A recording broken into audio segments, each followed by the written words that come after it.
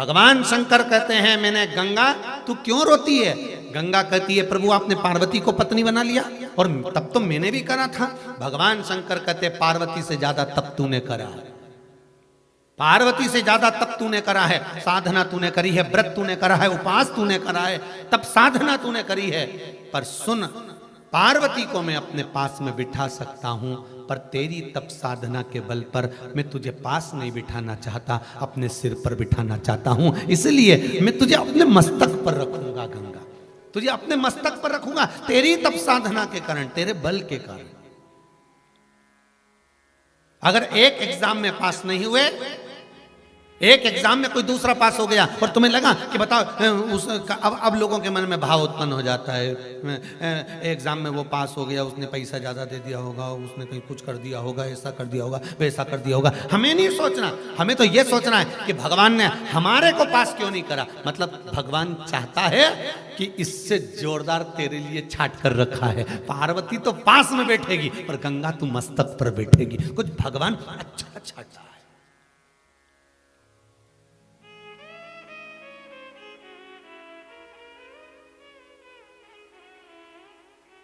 कितना सुंदर पहले दिन की कथा याद रख लीजिए। दुनिया के लोग अगर आपकी बड़ाई कर रहे हैं तो समझ लेना कि भगवान प्रसन्न नहीं है। पहले दिन की कथा मानसरोवर शिव महापुराण की कथा में कहा था, दुनिया के लोग अगर आपकी बड़ाई कर रहे हैं तो समझ लेना भगवान प्रसन्न नहीं है। दुनिया के लोग प्रसन्न है। अगर दुनिया के लोग आपकी बड़ाई करें तो यह अंदाजा लगा कर रखना कि भगवान प्रसन्न नहीं है। भगवान प्रसन्न है ही नहीं। और हां, शिव महापुराण की कथा कहती है जब दुनिया के लोग तुम्हारी बुराई कर रहे हो तब समझ लेना कि भगवान तुम पर प्रसन्न है। जब दुनिया के लोग तुम्हारी बुराई कर रहे हो, कोई कहे अपशब्द, कोई कहे बताओ ये तो ढोंगी बन गया, ये तो ढोंगन बन गई, ये तो ऐसा करे, ये तो वैसा करे, मंदिर में जाके बैठी रहे, दिन भर बस यही काम करती रहे, इसके पास कोई काम नहीं है, कथा कथा कथा। जब दुनिया के लोग तुम्हारी बुराई में लग जाएं, जब दुनिया के लोग विद्वान से विद्वान तुम्हारी बुराई में लग जाए, तब समझ लेना कि भगवान तुम्हारे साथ है। तब समझ लेना कि भगवान की कृपा तुम पर है। तब समझ लेना कि भगवान तुम्हारे साथ में है। जब तारीफ कर रहे हो तो मत समझना कि भगवान तुम्हारे साथ है। भगवान नहीं नहीं, तारीफ में तो दुनिया तुम्हारे साथ होती है, पर बुरे वक्त में कोई तुम्हारे साथ होता है? जितने आस्था पर सुन रहे हो, मोबाइल पर सुन रहे हो, बड़े सावधानी से सुनना। जब दुनिया के लोग आपकी तारीफ करें समझ लेना भगवान आपसे बहुत दूर है, भगवान की कृपा नहीं आप पर। पर जब तुम्हारी दुनिया बुराई करे, बदनामी करे, अपशब्द पर अपशब्द कहे, तब जान लेना कि मेरा भोलेनाथ, मेरा परमात्मा तुम्हारे साथ में है। क्यों? क्योंकि अच्छे समय में जब तुम विधायक की कुर्सी पर होते हो, सांसद की कुर्सी पर होते हो, जब तुम कोई अच्छे पद पर विराजमान होते हो, तुम अच्छी कुर्सी पर बैठे रहते हो, तुम्हारे पास में अध्यक्ष, उपाध्यक्ष या बड़े से बड़ा मिनिस्टर आदि का पद रहता है, तो जो तुम्हारे नहीं होते वो भी तुम्हारे हो जाते हैं। अच्छे समय पर जब दुनिया तारीफ कर रही हो, जब तो दुनिया तुम्हारी हो जाती है। पर जब तुम कुर्सी से नीचे उतर जाते हो, कोई तुमको नहीं पूछता, जगह जगह तुम्हें लोग थू थू करते हैं, अपशब्द कहते हैं, तब तुम्हारे साथ कोई दूसरा नहीं होता, तब मेरा देवाधिदेव महादेव होता है। वो गिरने नहीं देता, वो कहता कोई बात नहीं। यही तो हमें दिखाना था, अपने और पराये का भेद क्या होता है। अपने और पराये का भेद क्या होता है। दुख की घड़ी में परमात्मा हर पल, हर घड़ी, हर क्षण तुम्हारे साथ है।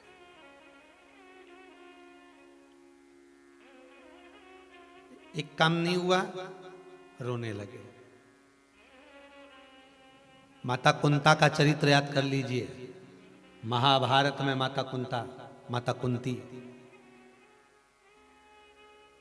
भगवान कृष्ण जा रहे हैं और कुंता माता ने कह दिया कन्हैया रुक जा। कन्हैया कहते हैं बोल बुआ, क्या बात है, कहां जा रहे हो कृष्ण? कृष्ण कहते हैं बुआ जी द्वारका जा रहा हूं। क्यों? बुआ अब तुम हस्तिनापुर की राजमाता हो गई। युधिष्ठिर हस्तिनापुर के राजा बन गए। सारा राजपाट अच्छे से मैंने निश्चित कर दिया, विराजमान कर दिया।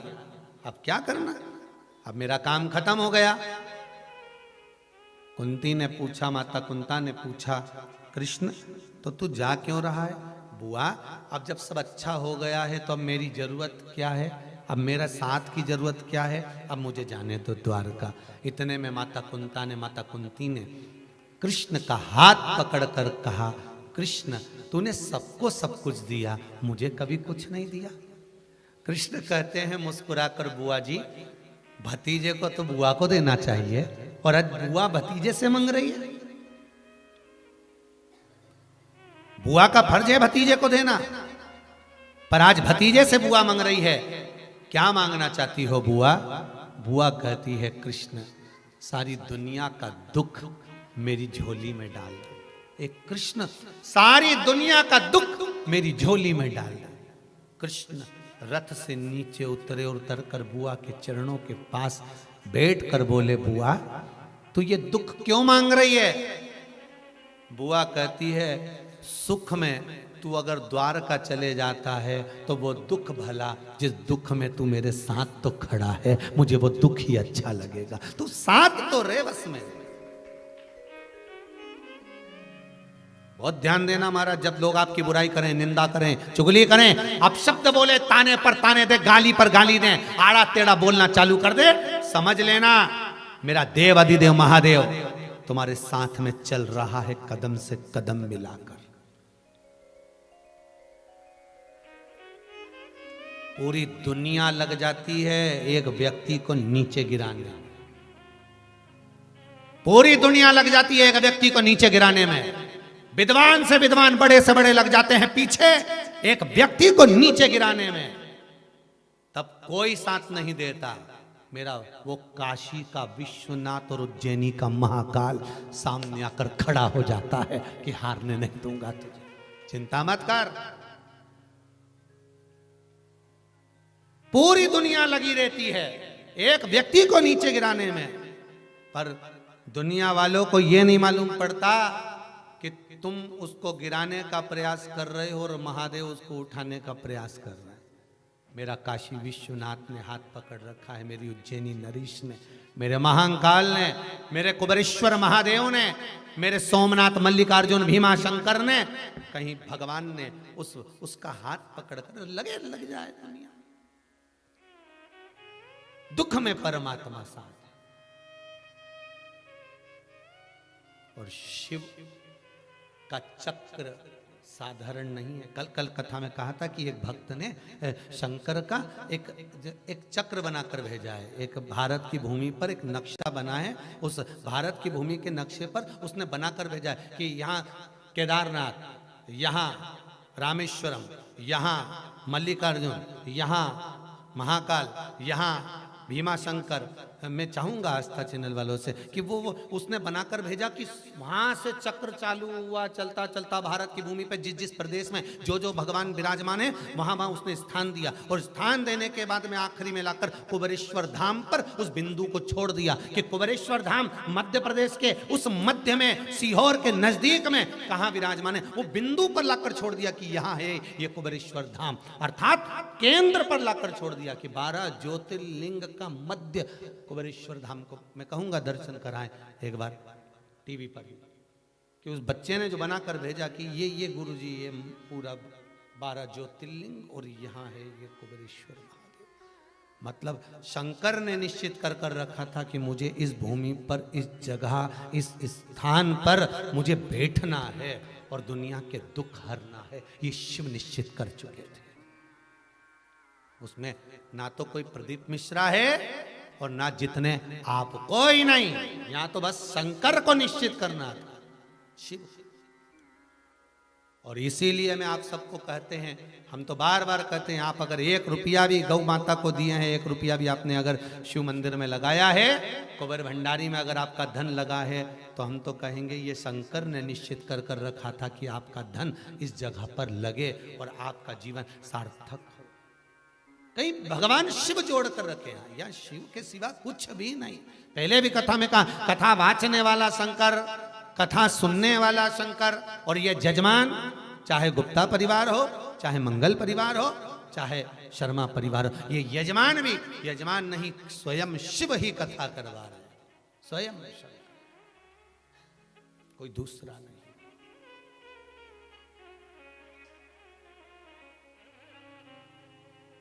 दो जजमान थे, तीसरा हुआ।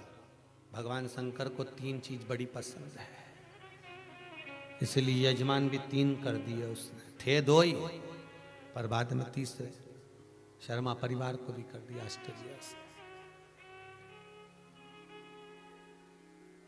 उदयन जी शर्मा परिवार, उसको भी जोड़ दिया।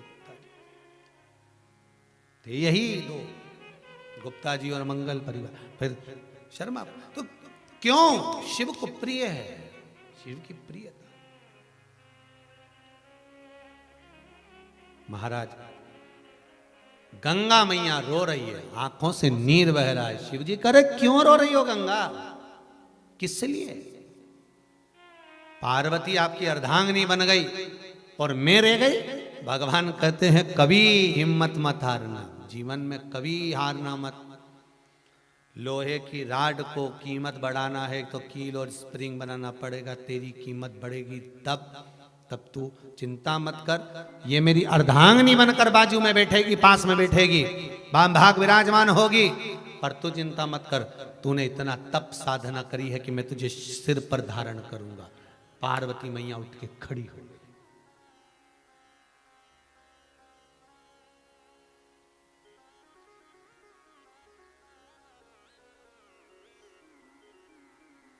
पार्वती मैया उठकर खड़ी, और जैसे ही पार्वती मैया उठकर खड़ी हुई, शिवजी ने पूछा पार्वती हुआ क्या, क्या हुआ तुमको पार्वती? पार्वती जी कहती है, महाराज आप गंगा को सिर पर बिठाओगे? शिव कहते हैं उसकी तप साधना आपकी तप साधना से ज्यादा है। अगर कोई अच्छा पद आपको प्राप्त हुआ है, अगर आप मथुरा, वृंदावन, गोकुल, बरसाना, काशी, उज्जैनी, ओमकारेश्वर, भीमाशंकर, केदारेश्वर, अगर आप पूरे घर के लोग साथ रह रहे हैं, 4 भाई का, 5 भाई का परिवार, 6 भाई का परिवार, 8 भाई का परिवार, 10 भाई का परिवार है, और परिवार में से अगर एक व्यक्ति नर्मदा नहाने जा रहा है, एक व्यक्ति गंगा नहाने जा रहा है, एक व्यक्ति अगर कहीं तीर्थ जा रहा है, तो ये उसके पूर्व का पुण्य है, पूर्व का पुण्य है।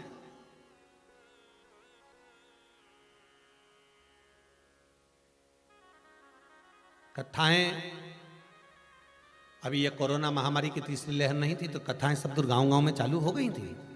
आपने भी देखा होगा, इंदौर हुई, फिर खंडवा, खरगोन हुई, फिर खरगोन के बाद में फिर नवे गांव के बाद में फिर वहाँ भिलाई। तो कथाएं तो अभी लाइन से थी, सारी कथाएं लाइन से क्रम से थी।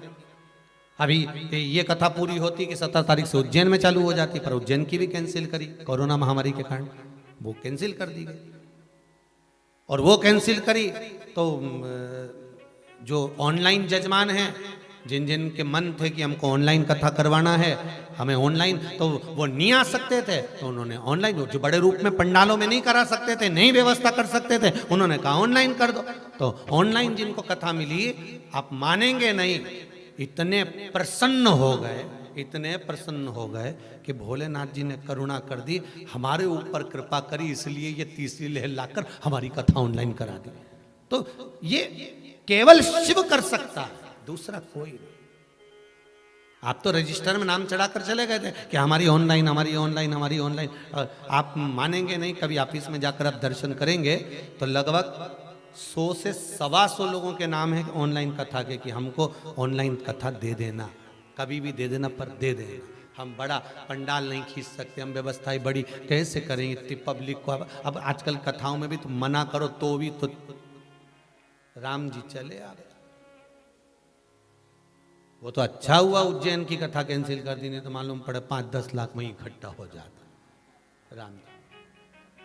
सब तैयारी में बैठे थे बैग ले लेके एकदम, और आधा तो इस तैयारी में था कि कथा की कथा सुन लेंगे, महाकाल का दर्शन कर लेंगे, एक दो इस तैयारी में थे कि 84 महादेव भी कर लेंगे, और आधे इस तैयारी में थे कि छिपरा भी नहा लेंगे, और बच्चे कुछ थे तो सारा भैरवनाथ ने हर सिद्धि माता ने सब घूम लेंगे, और कई कई इस तैयारी में थे आजू बाजू वाले के तो सुबह चलेंगे टिफिन विफिन लेके और कथा सुन के और सब के वापिस आ जाएंगे, सुबह फिर पहुंच जाएगा। पर वो कहे ना दिल के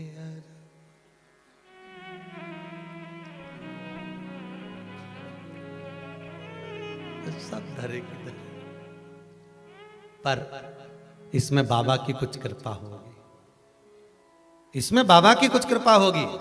मुझे लगता है कि बाबा सोच के बैठे होंगे, बेटा कथा तो कर पर 84 महादेव भी कर, तो बाबा ने सोच के रखा होगा अभी नहीं तो बाद में करना, करना ऐसी कि साथ में 84 महादेव जितने आए नहीं तो सबका हुई जाए, एक बार में जल्ला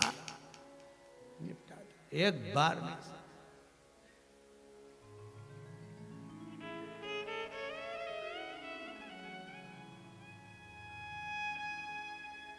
शिव कृपा है, और कितनी विचित्र बाबा की कृपा है। देखिएगा आप, उज्जैन की कथा कैंसिल हुई, काशी की कथा पक्की होगी। अब काशी वाले बोले कि कथा, तो कहा एक काम करो आप अक्टूबर नवंबर में जो ऑनलाइन थी उसको इधर उधर कर, सिर्फ काशी एक ज्योतिर्लिंग में हो जाएगी, बाबा सुन लेंगे, आनंद पा लेंगे।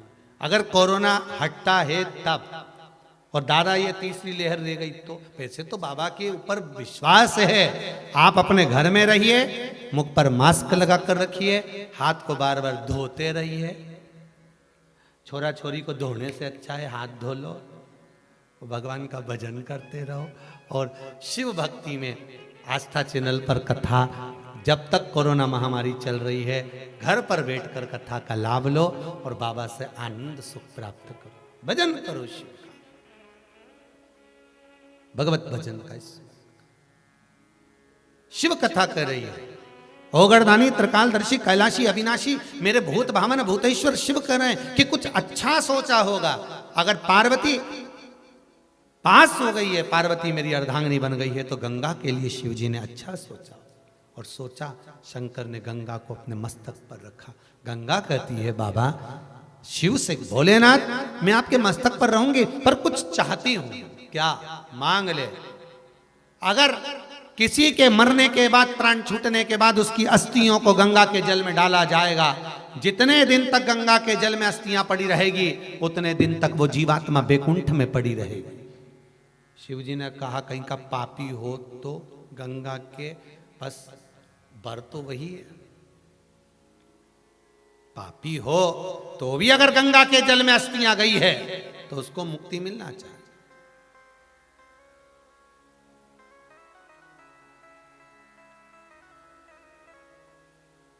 कहते हैं विष्णु पुराण कल्याण का गंगा अंग, भागीरथी गंगा अंग में लिखा है, एक बार गंगा में अगर डुबकी लगा ली है हृदय से मन से,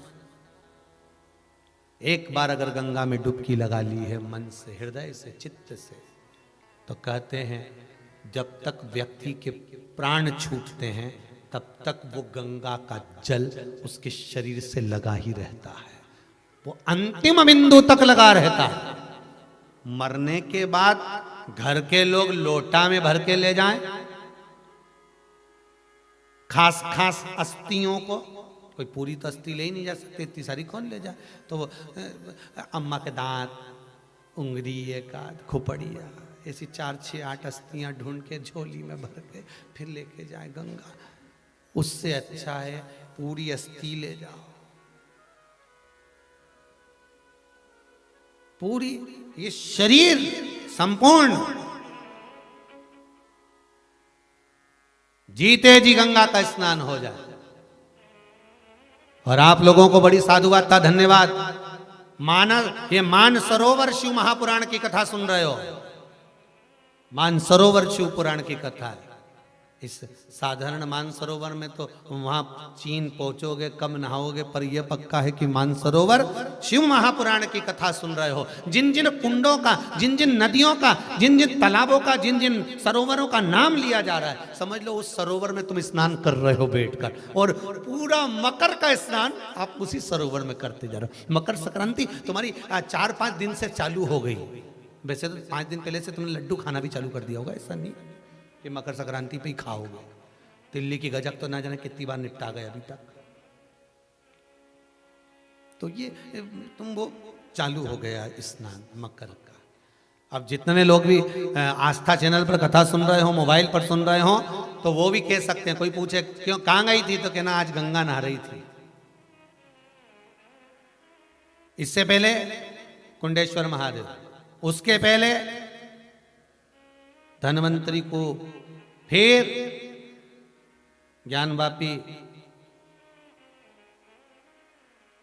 के दिन आज खूब नहाई सा गंगा, सिर पर मस्तक पर शिवजी के बैठी। पार्वती को क्रोध आ गया,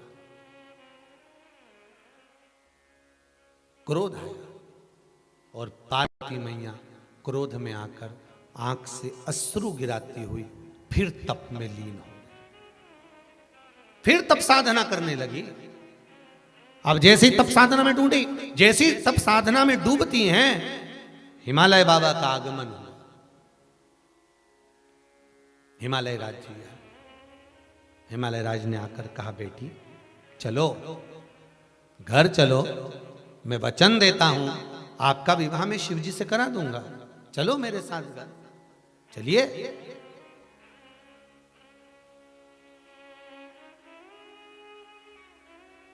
पार्वती मैया ने डबल से एक स्थान पर बैठकर जब तप किया, पार्वती के उस तप करने से शरीर से बिंदु प्रकट हुआ। उस बिंदु से एक कुंड प्रकट हुआ जिसका नाम गौरी कुंड हुआ। कौन सा कुंड है? गौरी कुंड। ये वो गौरी कुंड नहीं है जो केदारनाथ जी जाते हैं। पार्वती जी ने तब कहां करा था? हिमालय राज का जहां राज्य क्षेत्र था,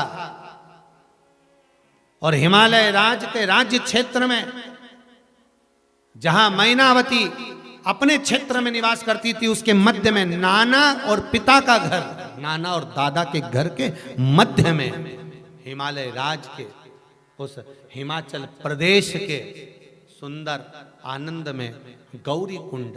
एक गौरी कुंड आता है, केदारनाथ जी जाते हैं तो नीचे पड़ता है गौरी कुंड, उसके बाद में केदारनाथ जी की यात्रा होती है, वो उत्तराखंड में। एक हिमाचल प्रदेश में गौरी कुंड है। जब हम मणि महेश जाते हैं तब पड़ता है। कहाँ जाते हैं? मणि महेश। वैसे तो उम्मीद है जितने लोग आस्था पर कथा सुन रहे हैं उनमें से कई लोग मणि महेश होकर आए होंगे, और जितने हरियाणा पंजाब दिल्ली वाले क्षेत्र के लोग होंगे वो तो कई बार होकर आए होंगे। मणि महेश चीन के अंदर, चाइना के अंतर्गत हमारा कैलाश अधिपति विराजमान, और कैलाश अधिपति जो वहां नहीं जा पाता, वही शंकर का बिल्कुल कैलाश अधिपति जैसा ही स्वरूप, बिल्कुल कैलाश जैसा मणि महेश है।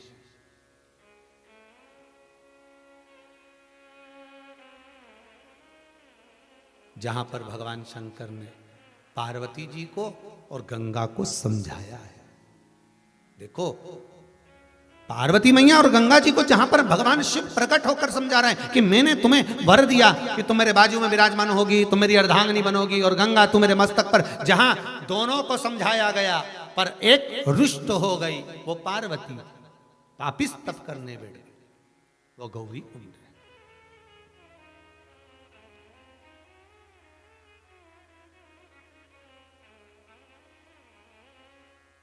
महाराज उस गौरी कुंड के पास, गौरी कुंड में मां पार्वती को भगवान हिमालय राज समझाने के लिए आए। चलो चलो तुम वापिस चलो, चलो। एक गौरी कुंड वहां भी है, केदारनाथ जी के पास, उसका भी महत्व है महाराज जी।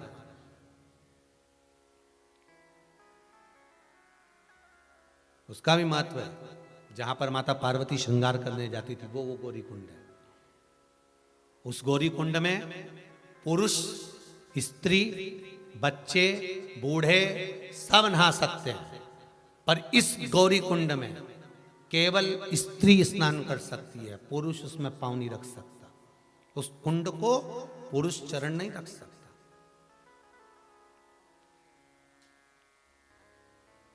जो मणि महेश के पास में गौरी कुंड है, जहां से मणि महेश मात्र 1 किलोमीटर 6 किलोमीटर की दूरी पर, 1 या 5 किलोमीटर के अंतर्गत मणि महेश रह जाते होंगे वहां से, ज्यादा से ज्यादा। शास्त्रों में तो कुछ दूरी लिखी है, कुछ दूरी, तो अपन ये मान के चलो कि कुछ दूरी में ज्यादा से ज्यादा 4 किलोमीटर, 2 किलोमीटर, 5 किलोमीटर, 1 किलोमीटर होगा। अब उसको अगर कहीं देखेंगे, उस पर सर्च करेंगे, क्या बोलते हैं उसको, नेट पे, तो पता करेंगे कि ये गौरी कुंड कहाँ और गौरी कुंड से मणि महेश कितनी दूर, तो वो निकालेंगे बाद में, सोचेंगे। पर पुराणों के अनुसार गौरी कुंड से कुछ दूरी पर मणि महेश, अर्थात भगवान शिव उनको समझा रहे, हिमालय राय लेकर गया। पार्वती जी को मां क्रोध आया गंगा को देखकर, इसलिए आज भी इस गौरी कुंड पर बड़े बड़े बोर्ड लगे हैं कि गंगा का जल लेकर पास मत आना। आज भी अगर कोई भूल से भी गंगा का जल लेकर आ जाता है तो उस कुंड का पानी अपने आप उछलने लगता है, आज भी उछल।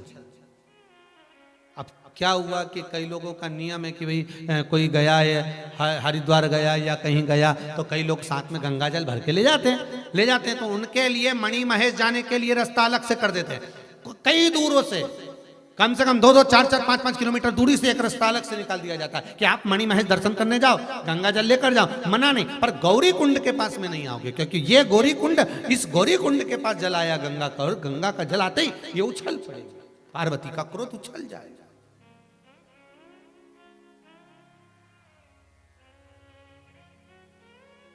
इस कुंड में कोई पुरुष पांव नहीं रख सकता। इस कुंड में केवल स्त्री ही स्नान करती है, नारी ही स्नान करती है। अखंड सौभाग्यता का सुख देने वाला यह कुंड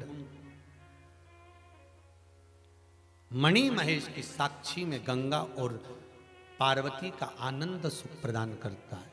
कहते हैं जो आप लोग कभी मौका मिले, जब लोग आप लोग अपना अपना ये कहीं कहीं जाते हो ना, क्या बहुत टूर बनाते हो घूमने फिरने का, तो हम तो आप लोगों से कहेंगे ये फालतू फालतू जगह जाते रहते हो, गोवा फोआ क्या रखा माँ, जबरदस्ती घूमने के लिए अड़चड़ी जगह जाओ तो ऐसी जगह जाओ जहां शास्त्र वर्णन कर रहा है, जहां देखने लायक दर्शनीय आनंद सुख चीजें हो, जहां मेरा महादेव विराजमान हो, देव अधिदेव महादेव जहां विराजमान हो, जहां शिव ने कुछ लीला करी हो, ऐसी भूमि पर जाओ। ऐसी भूमि पर जब जाएंगे तो हमको जो आनंद की अनुभूति होगी, तेज मिलेगा, आनंद मिलेगा, वो हमारे जीवन को संवार देगा, हमारी ग्रह दशा को सुधार देगा। और मालूम पड़े ऐसी फालतू जगह चले जाओ तो और ग्रह दशा बेकार हो जाए तुम्हारी। अच्छे खासे थे, लौट के आए तो ग्रह दशा ही बिगड़ गई। क्या करें ऐसी जगह जाकर।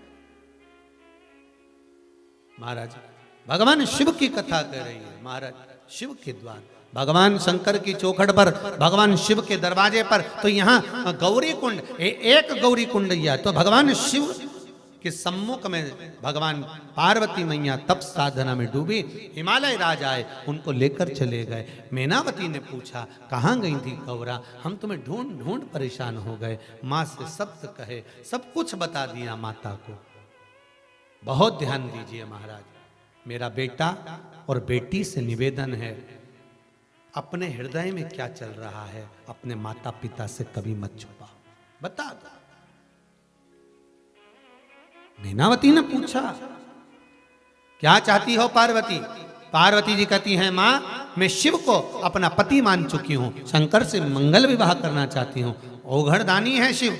मैनावती ने समझाया, अरे पार्वती समझ जाओ, उनकी उम्र का ठिकाना नहीं है, पता ही नहीं पड़ता कि कितने साल के हैं। राम जी की उम्र का पता लगा सकते हो कि ये कितने साल थे, कितने साल के रहे। कृष्ण भगवान की उम्र का पता लगा सकते हो ये कितने साल थे, कितने साल रहे। सारे ऋषियों का लगा सकते हो, शंकर जी का लगा के बताओ कितने साल के थे। शिव महापुराण की कथा में, लिंग पुराण में तो यहां तक लिखा है कि पूरे ब्रह्मांड में, पूरे मृत्यु लोक में कोई देवता की मूर्ति नहीं थी, केवल एक शिवलिंग था जिसको भगवान ब्रह्मा और भगवान विष्णु ने प्रकट किया था। केवल एक शिवलिंग। ब्रह्मांड में, पूरे मृत्यु लोक में, पूरे विश्व में, पूरी पृथ्वी पर ये मूर्तियां तो बाद में बनी है साहब। पहले तो केवल एक शंकर था मेरा, केवल एक शिव मेरा ओघड़दानी, मेरा शंकर, मेरा देव अधिदेव महादेव था। पूरी पृथ्वी पर कुछ नहीं था, केवल शिवलिंग शिवलिंग शिवलिंग। कोई मूर्ति नहीं बनती थी, केवल शिवलिंग बनता था। इसलिए भारत की भूमि को जहां से खोदोगे उसके नीचे शिवलिंग ही निकलेगा। आप खोद कर देखिए, पूरी भारत की भूमि पर जहां जहां खुदाई करोगे वहां शंकर निकलेगा, शिव निकलेगा ही, शंकर का शिवलिंग मिलेगा ही, क्योंकि कुछ था ही नहीं, केवल शिव था। शिव के सिवा कुछ नहीं। शंभु शरणे पड़ी मांगू घड़ी रे घड़ी, दुख दया करी ने दर्शन। शिव ही मिलने वाला, कोई दूसरा नहीं मिल सकता।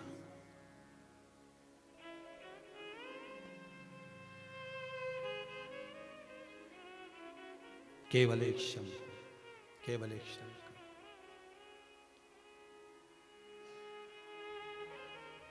मुझे तेरा ही सहारा काफी है,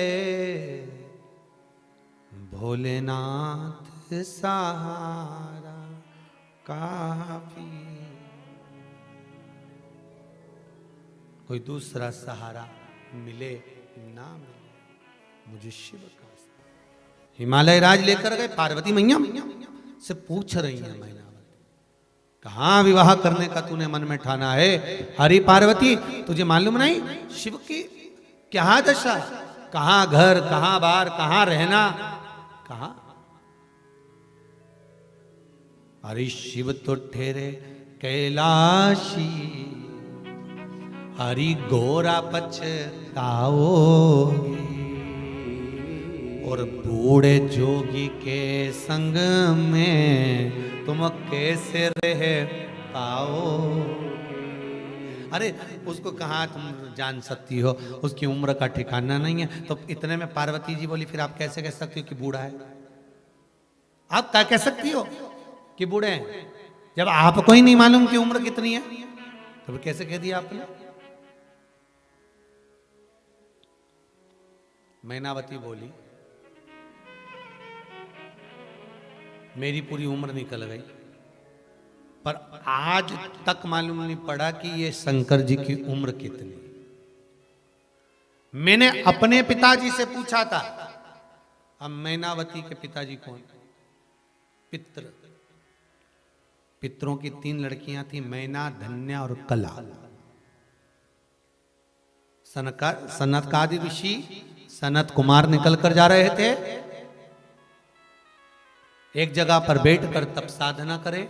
वहीं से ये पितरों की 3 लड़कियां मैना, धन्या, कला, ये तीनों निकल के जा रही थी। और जाते जाते इनका जो लहंगा था उसमें झामर झुमका लगा हुआ था। वो झामर झुमका इनके जंघा से, संतों की जंघा से पांव से टकरा गया तो उससे छिला गया। सनत कुमार को क्रोध आ गया। उन्होंने उठकर कह दिया, तुम पितरों की बेटियां, तुम में नम्रता होना चाहिए, प्रेम होना चाहिए, वात्सल्यता होना चाहिए, करुणता होना चाहिए, और तुमने हमको घाव दिया।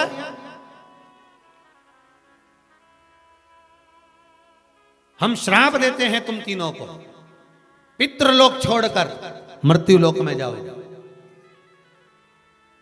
तो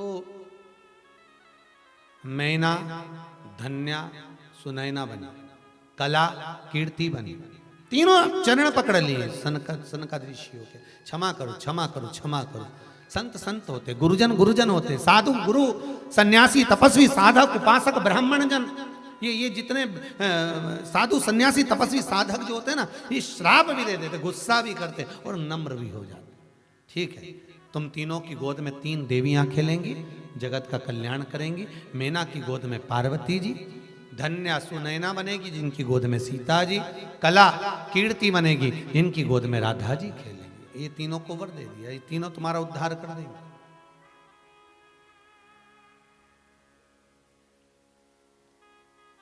इसीलिए शायद कहते हैं स्कंद पुराण के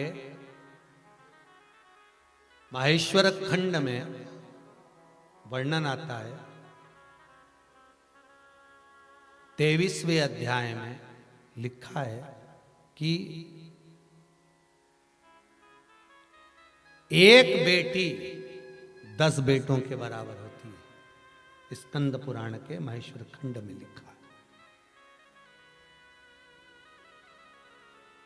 एक बेटी 10 बेटों के बराबर होती है। अब अंदाजा लगाइए, मैनावती मृत्यु लोक में आई, उनके घर में पार्वती जी का जन्म हुआ, पार्वती शिव जी को भी आई। तो विचार करना, उस मैनावती ने अपने कुल को तारा के नहीं चारा, मायके का भी तार दिया और ससुराल का भी तार दिया। आज अगर ये तीनों शर्मा परिवार, गुप्ता परिवार, मंगल परिवार कथा करा रहे हैं और अर्धांगनियां इनके पास में बैठी हैं, धर्मपत्नियां बैठी हैं, तो ये केवल एक ससुराल का कुल नहीं तार रही हैं। अगर ये कथा श्रवण कर रही हैं और माताएं जितनी इस भारत की भूमि पर, जितने लोग चाहे भारत की भूमि पर सुने, देश में सुने, विदेश में सुने, जहां बैठकर माताएं अगर इस शिव महापुराण की कथा को सुन रही हैं और माताएं अगर भगवान का भजन कर रही हैं, तो वो एक कुल को नहीं तार रही, वो एक कुल को नहीं तार रहा, वो दोनों कुल को तार रहा, दोनों कुल को, मायके का भी ससुराल का। एक बेटी 10 बेटों के बराबर, एक बेटी। महाराज मैनावती ने कहा, पार्वती मैं तुझसे कहूं एक बात। हाँ मां, शिव के साथ तू विवाह तो कर लेगी, पर यहां तेरा राजसी ठाट है। मैना कह रही है पार्वती, वहां हो सकता है ये राजसी ठाट तुझे प्राप्त ना हो सकता है ये राजसी ठाट तुझे मां प्राप्त ना हो। मां, इस ललाट पर जो लिखा है उसे कोई टाल नहीं सका।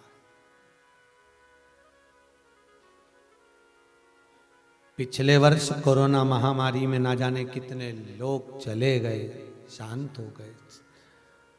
उनके यहाँ से कोई आता है तो कहते हैं, गुरुजी हमने कौन सा पाप करा था, हमने तो किसी का बुरा नहीं करा, फिर क्यों इनका साथ छूट गया, क्या हो गया था ऐसा गुरुदेव, ऐसा क्यों हो गया, ऐसा किस कारण हो गया। आपने कुछ नहीं करा, पर जिसकी जितनी लिखी है, जितनी लिखी है और जैसी लिखी है वैसे की वैसे उसको जाना। प्लास्टिक की चाय की चलनी और आटा छानने की चलनी और प्लास्टिक के बर्तन और ये सब चीजें दान करना करो, आपका मन हो तो, हमारे की तरफ से कोई मना नहीं हो, पर सबसे बड़ा दान है भगवान के भक्ति का, भजन का दान, भगवान का भजन का दान। राम नाम, कृष्ण नाम, शिव नाम। प्रयास करिए मकर राशि के अंतर्गत जब सूर्य प्रवेश करे और आप जब मकर का स्नान करें और मकर संक्रांति पर्व का जब आप स्नान करें तो भगवान की अविरल भक्ति आपके भीतर समाहित हो। भगवान की अविरल भक्ति आपको प्राप्त हो और इस पवित्र भक्ति के बल पर, इस पवित्र भक्ति के बल पर हम भगवान की सुंदर आनंदमय स्वरूप को धारण कर सके।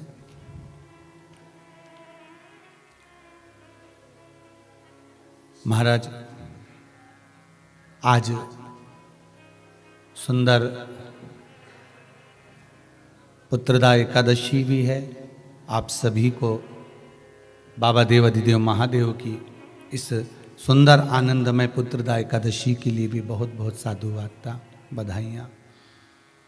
अपने जीवन को सार्थक बनाने का प्रयास करिए, भगवान की भक्ति में डूबने का प्रयास करिए और जितना बन सके उतना भगवान की भक्ति में डूबने का प्रयास करिए।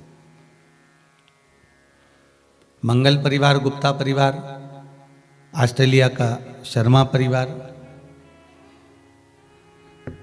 अगर ये पावन मानसरोवर शिव महापुराण की कथा को करवा रहा है तो आपके भीतर ये भाव प्रकट होना चाहिए कि आप इस पावन कथा को सुनने के बाद आपके भीतर ये भाव प्रकट हो कि हम भगवान शंकर के कृपा पात्र होकर भगवान शिव की गंगा स्नान, यमुना स्नान, कुंड का स्नान, सरयू का स्नान, मानसरोवर का स्नान हम अपने भाव से कर रहे हैं, हम अपने दिल से कर रहे हैं। आवाज पकड़ रहा है, अपने मन से कर रहे हैं।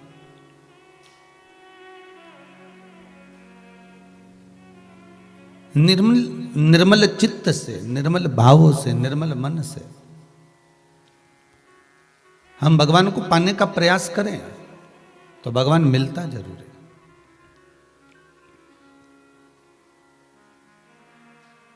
आज इस मानसरोवर शिव महापुराण का चतुर्थ दिवस है, चौथा दिन ही है ना, तो चतुर्थ दिवस है।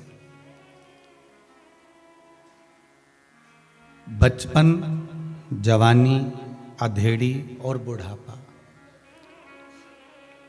इन चार अवस्थाओं को हमें परमात्मा को समर्पित करना है चौथे दिन की कथा में।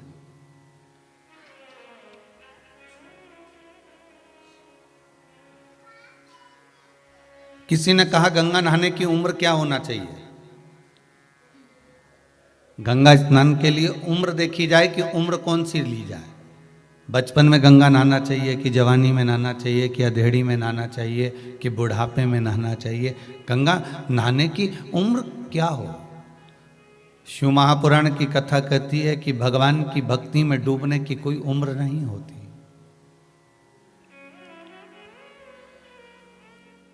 पानी में डूबने वाला मर जाता है और शिव महापुराण में डूबने वाला तर जाता है। भगवान की भक्ति में डूबने की कोई उम्र नहीं है। आप जिस उम्र में भगवान का भजन करोगे, आप जिस उम्र में के भगवान की भक्ति करोगे, भगवान आपको उसमें समाहित करता चले जाए। कोई अलग से हमें उम्र नहीं ढूंढना है कि हम इस उम्र में पहुंचेंगे तो हम भगवान का भजन करेंगे। जितने आस्था पर सुन रहे हो बड़े ध्यान से सुन लेना हमारा, और जितने फेसबुक यूट्यूब पर श्रवण कर रहे हो,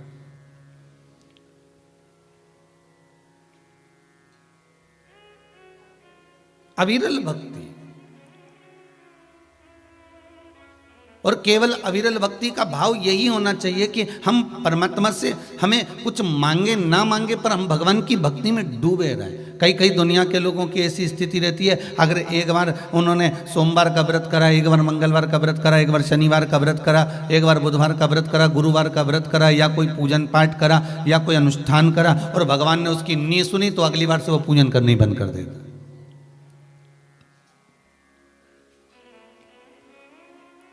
फिर वो भगवान के मंदिर जाना ही बंद कर देता है। जैसे कल एक पत्र था ना कि मैं भगवान के मंदिर जाना ही बंद कर दी थी। फिर शिव महापुराण की कथा में आज सुना कि भगवान का दरबार मत छोड़ो, भगवान का द्वार मत छोड़ो। कितनी भी विषम परिस्थिति आए, कितना भी दुख जीवन में आए, कितना भी कष्ट आए,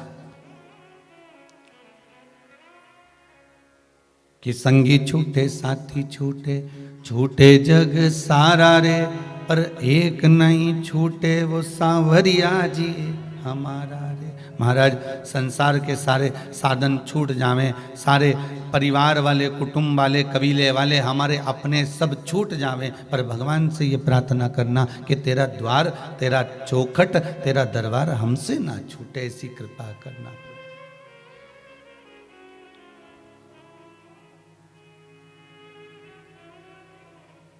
जब तन में उठेगी ज्वाला, कोई पास ना आने वाला।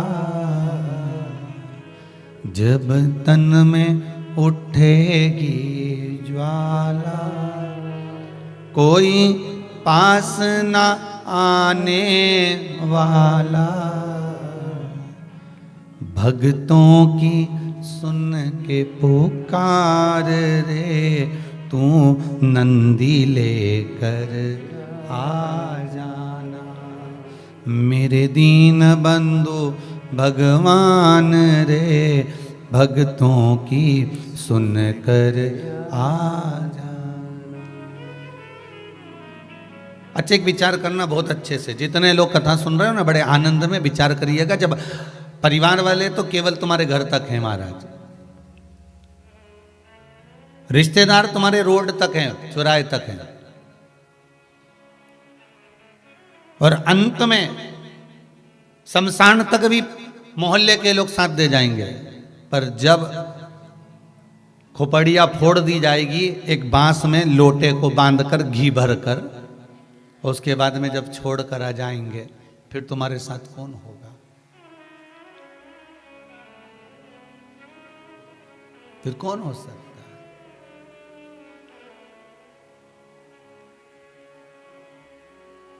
महाराज फिर साथ कौन है? कहे ना, इससे तो आगे भजन ही है साथी, भजन के बिना अकेला रहेगा। अरे मन ये 2 दिन का मेला रहेगा, कायम ये जग का झमेला रहेगा। ये थोड़ा सा समय जो आपने भगवान को दिया है, एक लोटा पानी जो आपने शिव जी को चढ़ाया है, एक बेलपत्र जो आपने बाबा को दी है, एक चावल का दाना भी अगर आपने शिव को दिया है, आपने एक पुष्प भी भगवान को समर्पित करा है, एक अन्न का दाना भी आपने भगवान को समर्पित करा है, एक बार मुख से पंचाक्षर मंत्र या श्री शिवाय नमस्तुभ्यम जो जपा है, एक बार आपने जो भगवान का भजन किया है, ये सारा परिवार जब छोड़कर चले जाएगा, तब अंत में तुम्हारा किया गया यही भजन, यही स्मरण, यही दान, यही पुण्य और यही प्रभु की भक्ति, यही साथ है।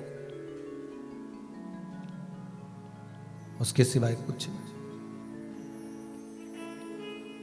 इससे तो आगे भजन ही है साथी, भजन के बिना तू अकेला रहेगा। कितना सुंदर कहा है महाराज जी, बहुत सुंदर बात कही है श्री नारद पुराण में। नारद जी से पूछा गया सत्संग का लाभ कब मिलता है? देवऋषि नारद से किसी ने पूछा कि सत्संग का लाभ कब मिलता है, कब प्राप्त होता है? देवऋषि नारद कहते हैं, एक साधारण से जीव को, साधारण से मानव को सत्संग का लाभ कब मिलता है? तो कहा जिस समय जीव के प्राण छूटते हैं, और प्राण छूटने के बाद जीव जब इस आत्मा को, इस जीवात्मा को जब बंदी बनाकर लेकर जाया जाता है, तब जो तुमने सत्संग किया होता है, संकीर्तन किया होता है, नाम जाप किया होता है, जहाँ बैठकर तुमने कथा का स्मरण किया होता है, जहाँ चाहे घर में सुन रहे हो, परिवार में सुन रहे हो, कुटुंब में सुन रहे हो, मंदिर में सुन रहे हो, तीर्थ में सुन रहे हो, चाहे तुम कहीं अन्य जगह पर जाकर श्रवण कर रहे हो, चाहे घर के अंदर बैठकर कथा सुन रहे हो, तो वो तुम्हारा जो सत्संग का समय होता है, उस समय की गणना कर कर जैसा तुमने सत्संग करा होता है, जब जीवात्मा जाती है तो वो सत्संग करा हुआ तुम्हारे आगे आगे चलता है और वो समय की गणना को मानते हुए भगवत भजन करते हुए चले जाता है। ध्यान दीना, गरुड़ पुराण को एक बार उठाकर पढ़कर देखना। एक बार गरुड़ पुराण को पढ़कर देखिए।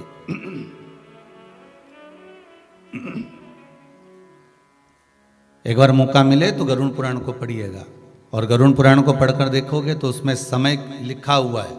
जीवात्मा को पहुंचने में यहाँ से इतना समय लगा, फिर वहाँ पहुँची, वहाँ से इतना समय लगा, फिर वहाँ से वहाँ पहुँची, इतना समय लगा, फिर इतने इतने नरकों का भोग भोगना पड़ा, फिर इस जगह पर वो जीवात्मा जाती है, फिर इस जगह पर पहुँचती है। इतने दिन का प्रोसेस, इतने दिन का समय, इतने समय, इतना पल, इतनी घड़ी, इतना समय उस जीव को लगा वहाँ तक पहुँचने में।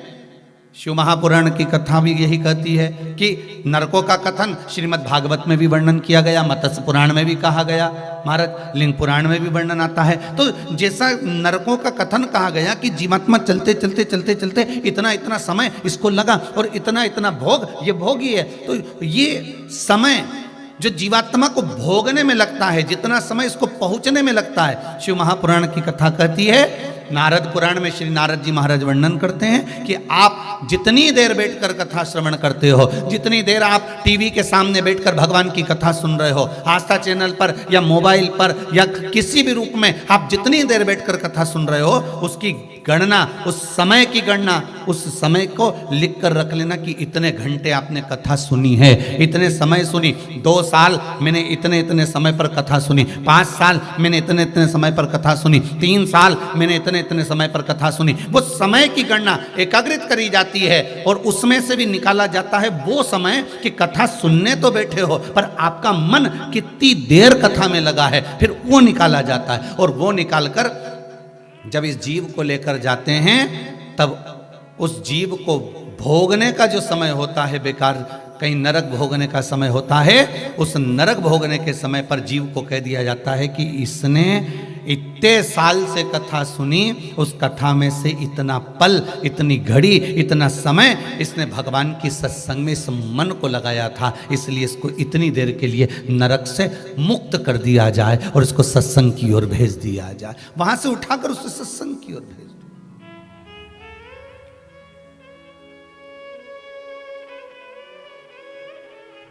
इससे तो आगे भजन ही है साथी, भजन के बिना तू अकेला रहेगा रे मन। 2 दिन का मेला रहेगा, कायम ये जग का झमेला रहेगा। बस यही समय है। बहुत ध्यान देना महाराज जी, मेरा विश्वास कहता है, मेरा मन कहता है, आप लोगों ने बाकी के समय पर शिव महापुराण की कथा पहले सुनी ना सुनी, पर मेरा दिल कहता है कि आपने ये कोरोना महामारी जब चालू हुई और आपने जो ऑनलाइन शिव महापुराण की कथा श्रवण करी है, और आज भी बैठकर अब जब आप कथा सुन रहे हो, भले मोबाइल पर सुन रहे हो चाहे टीवी पर सुन रहे हो, आपके कथा में कितनी देर मन लगा है, उस मन का समय आप लिख कर रखना। ये समय आपका उस समय पर काम आ जाएगा। ये आपने जो भगवान के भजन में समय दिया है, ये समय आपका अंत तक संवार देगा, अंत तक सुधार देगा। वो गीता जी में भगवान नहीं कहे, तू मेरे लिए खर्च कर कर देख, मैं कुबेर का खजाना ना खोलूं तो कहना, तू मेरे पथ पर आकर देख, तेरे दरवाजे पर खड़ा ना मिल जाऊं तो कहना, तू मेरे द्वार तो आ, तेरे द्वार पर मैं भी खड़ा मिलूंगा, मैं भी वहां मिल जाऊंगा।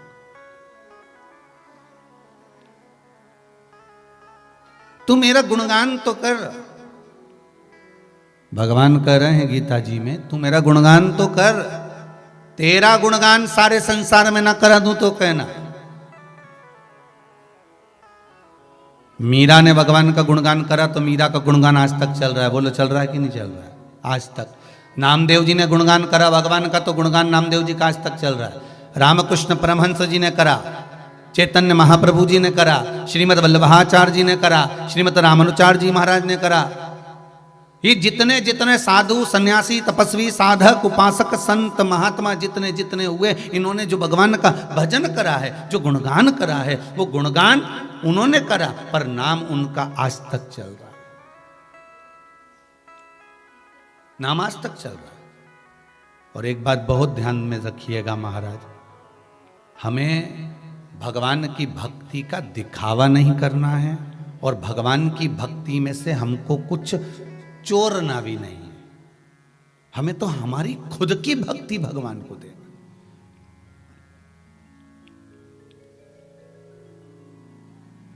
हमें स्वयं की भक्ति देना भगवान।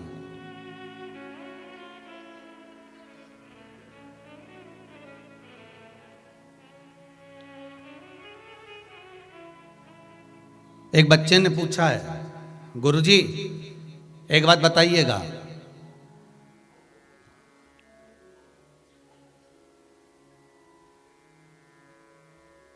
हम हनुमान चालीसा पढ़ेंगे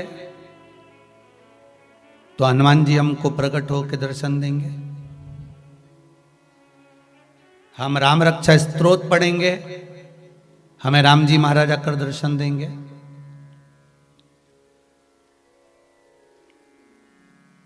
हम इस पाठ को करते हैं तो उस पाठ को करेंगे तो हमें क्या भगवान दर्शन दे देंगे?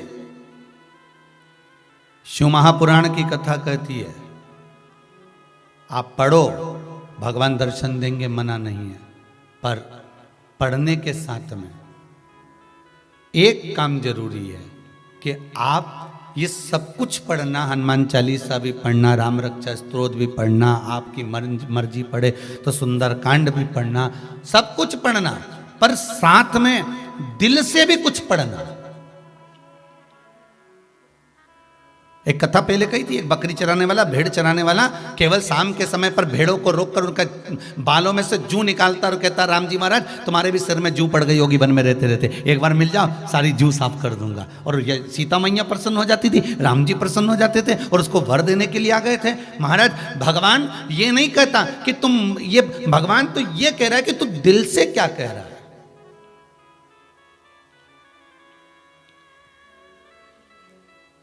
आप भगवान को दिल से क्या निवेदन कर रहे हो? आप अगर उज्जैन जा रहे हो महाकाल का दर्शन करने के लिए, आप काशी विश्वनाथ का दर्शन करने जा रहे हो, आप ओमकारेश्वर का दर्शन करने जा रहे हो, आप मल्लिकार्जुन का दर्शन करने जा रहे हो, आप श्री सेलम का दर्शन करने जा रहे हो, आप मां नर्मदा का स्नान करने, गंगा का स्नान करने जा रहे हो, आप कुबेरेश्वर धाम में भगवान का दर्शन करने जा रहे हो, तो दिल से कुछ क्या कहकर जा रहे हो? आप भगवान से दिल से कहे क्या हो?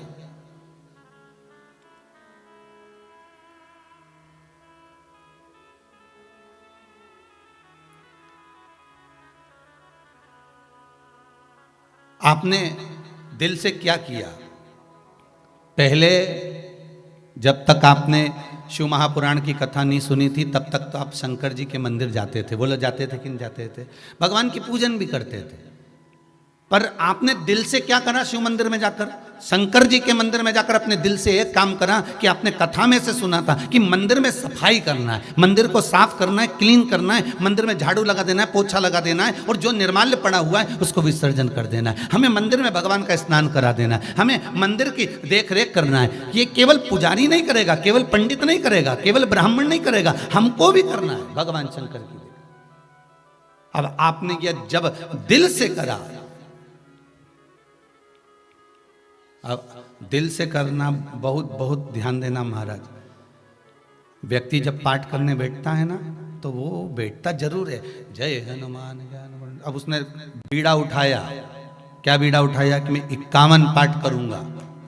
और आप सब जितने लोग कथा सुन रहे हो आस्था चैनल पर, जितने कथा सुन रहे हो मोबाइल पर, आप भी एक बार बीड़ा उठा कर देखना। और आप में से कई लोग होंगे जिन्होंने ऐसा बीड़ा उठाया होगा, मैं 21 पाठ करूंगा, मैं 11 पाठ करूंगा, मैं 51 पाठ करूंगा, मैं 15 पाठ करूंगा, मैं 7 पाठ करूंगा, मैं 5 पाठ करूंगा। और जिसने बीड़ा उठाया पाठ करने का कि मैं इतने करूंगा, 1 पाठ तक तो उसका मन भगवान में लगा, 2 पाठ तक भी मन भगवान में लगा, 3रा पाठ तक भी मन भगवान में लगा, और 4थे 5वें पाठ से फिर मन अब ये सोच रहा है कि जल्दी से हो जाए, अभी तक 3 ही हुए, अभी तक 4 ही हुए, 21 करना है, ये करना है। अब मन विचलित हो रहा है।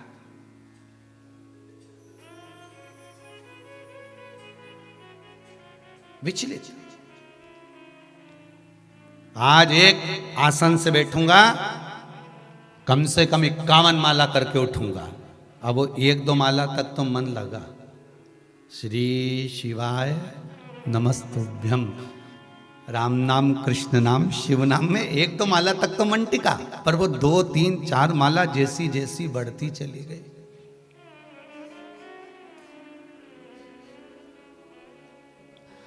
कहीं पाँव बदले, कहीं हाथ बदले, कहीं चाय पीता वाला का देखे, कहीं भोजन करता वाला के देखे। अब वो माला चित्त नहीं था।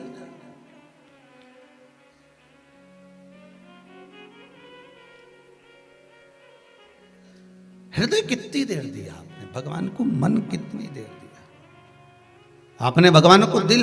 यहाँ शिव पुराण की कथा करे, ये पाठ करो मना नहीं है, आप जो पढ़ना है पढ़ो मना नहीं है, पर कुछ एक स्तुति तो अपने जीवन में ऐसी बनाओ कि तुम भगवान को अपने दिल से कहकर जाओ। दिल से कहकर जाइए, ऐसी कोई स्तुति तो बने। महाराज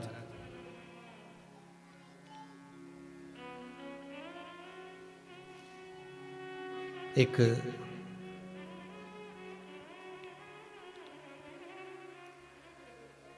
भक्त शंकर जी के मंदिर में पहुंचा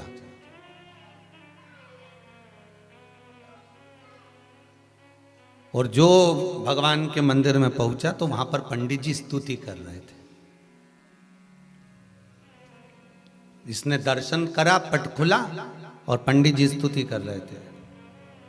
शिव जी के चरण कमल में नयन मेरे अटके। आप भी बोल लो जरा एक बार, शिव जी के चरण कमल में नयन मेरे अटके। अब जो सामने खड़ा था दर्शन कर रहा था, उसके मन में आया कितनी जोरदार स्तुति है, कितना बढ़िया बोला है, अब ये स्तुति मैं अपने गांव के शंकर जी के मंदिर में करूंगा। और उसने याद कर ली, बस में बैठ गया, बस में बैठकर याद करता करता जा रहा। शिव जी के चरण कमल में नयन मेरे अटके।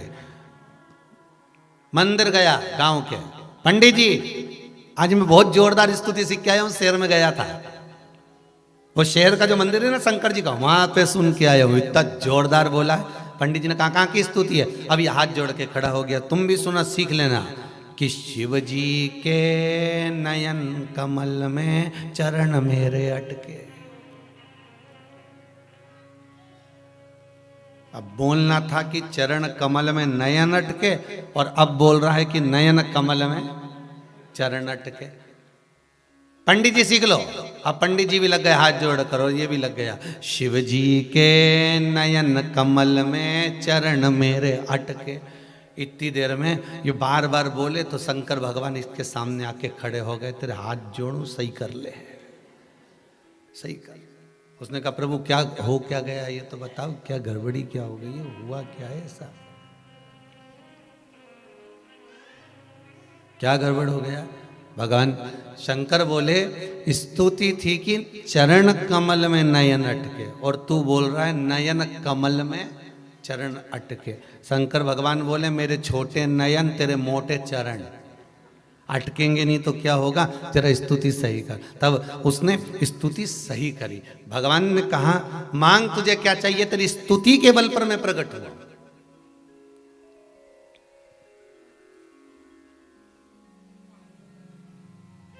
मैं तेरी स्तुति के बल पर प्रकट हुआ।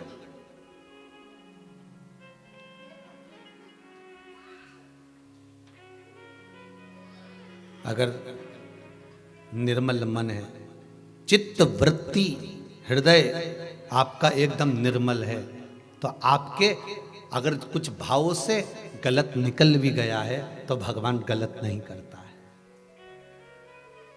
अगर मन भक्ति निर्मल है, फिर भगवान गलत नहीं करेगा। अब भगवान कहते हैं मांग तुझे क्या चाहिए। भगवान कह रहे हैं तुझे क्या चाहिए मांग ले, क्या दूं मैं तुझको बोल। भक्त हाथ जोड़कर भगवान से कहता है बस इतना वर दे दीजिए, जैसे मैंने आड़े टेढ़ी गाई और आपने दर्शन दे दिया। संसार का लोग अगर आपकी आड़ी टेढ़ी भी स्तुति करे तो आप दर्शन जरूर दे देना, बस इतनी कृपा कर दीजिए, बहुत है उतना। भगवान कभी नहीं देखता कि आपने क्या बोला, भगवान तो ये देखता है कि तेरा दिल कितना क्लीन है, हृदय कितना साफ है।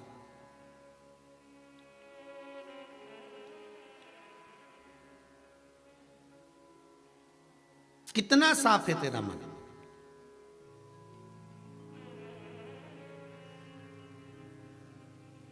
और अगर मन साफ नहीं तो फिर किस मतलब का भजन।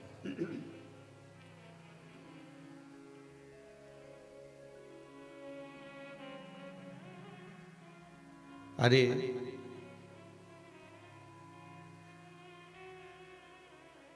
कैसे आएंगे प्रभु, कैसे आएंगे प्रभु, हमने आंगन नहीं बुआरा, कैसे आएंगे प्रभु, अब तक गंदा पड़ा है द्वारा, कैसे आएंगे प्रभु। और ये कोई बाहर के आंगन की बात नहीं चल रही है, ये कोई बाहर का आंगन नहीं है। आंगन है हमारा मन, हमारा चित्त, हमारी वृत्ति। अगर मन साफ है तो परमात्मा मिलने में देरी नहीं, मिल जाता।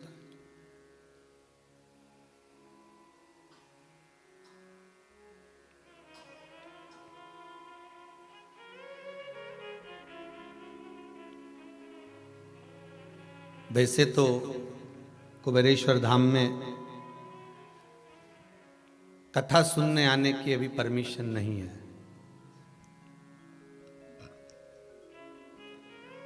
फिर भी एक बालक ग्वालियर से आया हुआ और उसने अपनी बात कही, उसने पत्र भी दिया था, पत्र कब कक्ष में रह गया। उसने कहा गुरुजी हम 3 महीने पहले, शायद नवंबर या अक्टूबर ऐसा कुछ आया होगा, वो मैं तो बीच बीच में कहूँगा टीवी चैनल वालों को भी कि ये हॉल भी दिखा दिया करो लोगों को कि खाली पड़ा है, नहीं तो लोग समझेंगे कि गुरुजी बोलते हैं पर हो सकता है कि कोई हो हॉल के अंदर कथा सुनने वाले। तो एक बालक ग्वालियर से, मैं कहूंगा वो बालक यहाँ पर है, बेटा खड़े हो ना जरा, उसको माइक देना जरा।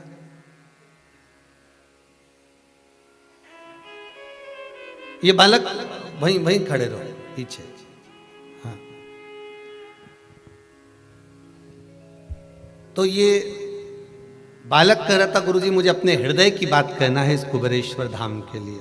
हमने कहा क्या बात है बेटा, तो कहे गुरुजी मैं आया था, मेरी कोरोना महामारी में नौकरी सर्विस। कहाँ से आए बाबू? ग्वालियर से आया हूँ मैं। क्या नाम है आपका? अनुभव अवस्थी। अनुभव जी अवस्थी, पहले आए हुए हैं यहाँ पर कुबेरेश्वर धाम? पहले मैं आया था, नवंबर में आया था, दिवाली से पहले। दिवाली के पहले आए थे जी। कैसे आना हुआ था? वो मम्मी ने बोला था कि जाओ घुमाओ, तो नानी भी जा रही थी तो उनके साथ में मैं आ गया। एंड कथा भी सुनता हूँ मैं आपकी कभी कभी, मम्मी तो रेगुलर सुनती हैं। एंड कुछ चीज़ें मुझे बहुत अच्छी लगती हैं, सीखने लायक, और वही थोड़ा सा जीवन में भी उतारने की कोशिश कर रहा हूँ जी। तो नवंबर में हुआ ये था कि एक्चुअली मेरी जॉब छूटी थी जी। मैं स्कूल में जॉब करता था, एंड उसके बाद थोड़ा सा फाइनेंशियल क्राइसिस की कंडीशन बन गई थी घर पे, क्योंकि ऑलरेडी बनी रहती है, जो कि मिडिल क्लास लोगों के साथ होता ही है ऐसा। और फिर ज़्यादा टिपिकल हो गई सिचुएशन। तो कुबेरेश्वर धाम में जब मैं आया, और मैंने ऐसे कुछ मांगा नहीं भगवान से, मैंने बस बोला कि मैं आपके हवाले हूँ, अब आप देख लो जो करना है करो, बस यही दिल अच्छा की करना है तो प्रार्थना। अच्छा, बुरा करना है तो बुरा, जो मैं डिजर्व करता हूँ वो करो जी। उसके बाद फिर मैं जब ग्वालियर पहुंचा तो 1 महीने थोड़ा सा सफ़र करना पड़ा। उसके बाद मैंने खुद का अपना रेस्टोरेंट खोला एंड इसमें पूरा सपोर्ट मम्मी का, भोले बाबा का और आपका भी है। बाबा की कृपा है। बैठिए बेटा, बहुत बहुत बधाई आपको। अब अच्छा चल रहा है वो? ठीक है, बस बिराज। यही शिव कृपा है। अब नवंबर से हिसाब लगा लो, 3 महीने बाबा की कथा के रहते हैं। शिव महापुराण की कथा में बार बार कहा है, भले टीवी पर कथा सुन रहे हो, आस्था चैनल पर सुन रहे हो, चाहे मोबाइल पर सुन रहे हो, चाहे जहां बैठकर सुन रहे हो, पर नवंबर, दिसंबर ये बाबा कर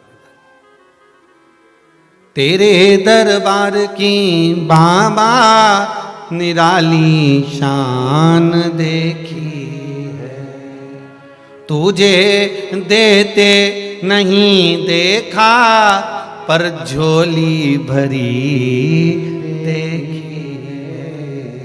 बस उससे प्रार्थना यही है, मेरी शिव से विनती यही है। आप दिल से उससे कहो तो उससे एक बात जरूर कहना कि मुख दुनिया मोड़ेगी, बाबा तू मुखड़ाना मोड़ी, मेरी लगी परी तीनों, बाबा तू वे ना तोड़ी। आपका चित्त, आपकी वृत्ति, आप दिल से तो भगवान से कहो। वही बात आ गई, स्तुति करना है तो दिल से करो। जैसे उस बालक ने कहा कि मैं बाबा से बोल कर गया था कि जो आपको अच्छा लगे, मेरे लिए जो ठीक हो वो आप करना।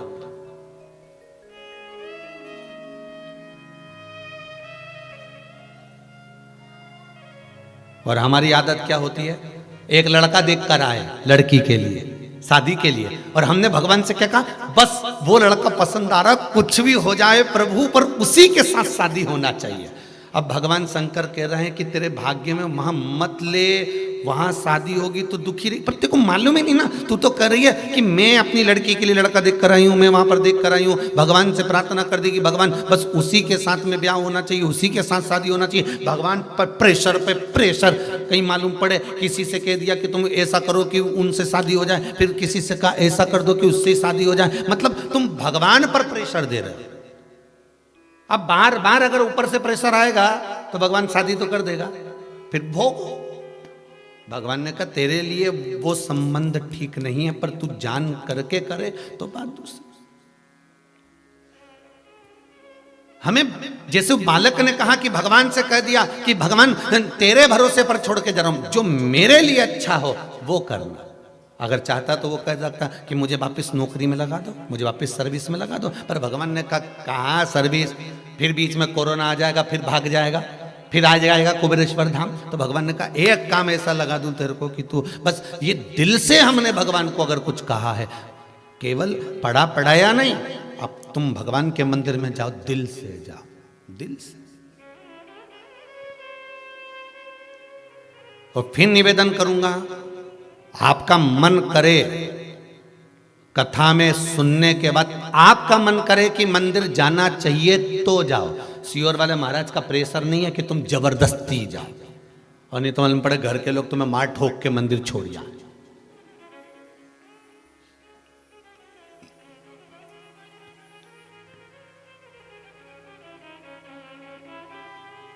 जैसे एक व्यक्ति से पूछा, क्यों भाई कौन सी क्लास तक पढ़े हो, कि 5वीं में 5 साल फेल। तो तुम पढ़ाई करने नहीं जाते थे, स्कूल जाते थे, तो फिर कैसे फेल हो गए? मम्मी पापा स्कूल छोड़ने जाते थे, 15 मिनट बाद टीचर घर छोड़ने आ जाते थे। मतलब एक काम ही ऐसा करता था कि इसको वापस घर छोड़ना पड़ता था।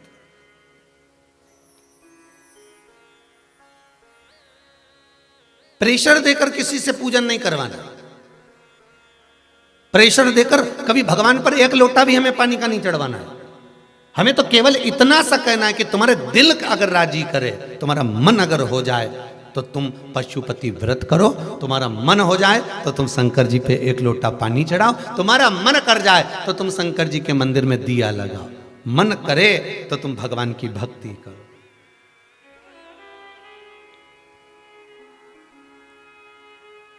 मेरा मालिक, मेरा शिव, मेरा शंभु, मेरा राम, मेरा कृष्ण, मेरा ठाकुर, मेरा द्वारका का नाथ, मेरा जगन्नाथ, अगर आप उसके उपासक हो तो आप खींचता। कल की कथा में कहा था कि आपको कहीं जाने की जरूरत नहीं, आप तो भगवान का भजन करो, कीर्तन करो, स्मरण करो, तीर्थ खुद तुमको खींचेंगे।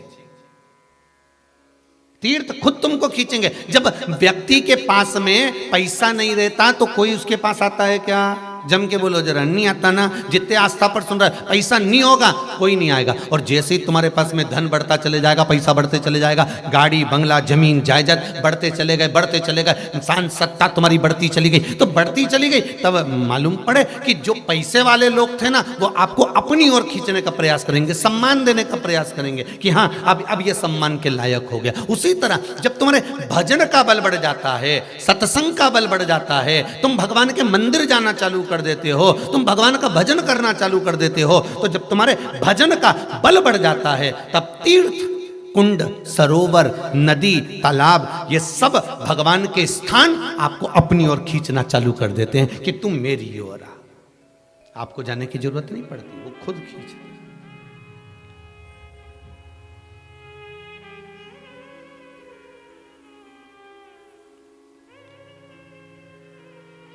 भजन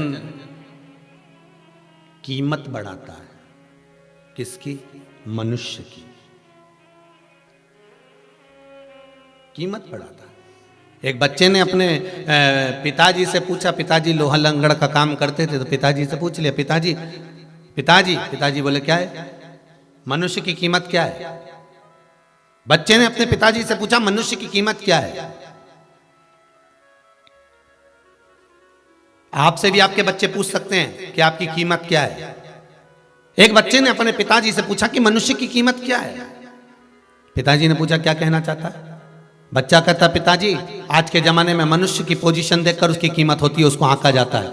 मनुष्य की कीमत क्या है आप बताइए। पिताजी ने कहा, इतनी सी बात पूछ रहा है, अंदर से जा, एक लोहे की राड पड़ी हुई है, एक लोहे का सरिया पड़ा हुआ है, उठाकर लेकर आ। और पिताजी ने बेटे से एक लोहे का सरिया बुलवाया, एक राड बुलवाई, और लोहे के वो खंबे को पिताजी ने पूछा, ये कितने का है? बता, बाजार में कितने का बिकेगा? कि 100 रुपए का। ये लोहे का खंबा 100 रुपए का बिकेगा पिताजी ने कहा, अगर मान लो इसको मैं काट कर कील बना दूं, तो छोटी छोटी कील बना दूं, फिर कितने की बिकेगी? अरे पिताजी वो तो 1000 रुपए की बिक जाएगी। पिताजी ने कहा, मान लो इसी लोहे की मैं घड़ी में लगने वाला स्प्रिंग बना दूं, तो?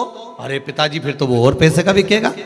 बस पिताजी ने कहा, लोहे की राड वही की वही है, लोहे का सरिया वही की वही है, बस कील बन गई, कीमत बढ़ गई, स्प्रिंग बन गया, कीमत बढ़ गई। उसी तरह मनुष्य वही की वही है।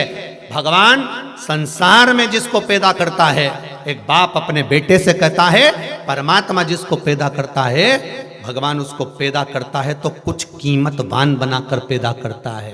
पहले तो ये विचार करो कि भगवान ने तुम्हें पैदा करा तो क्यों करा, मतलब कुछ तो तुम में होगा इसलिए तुम्हें पैदा करा।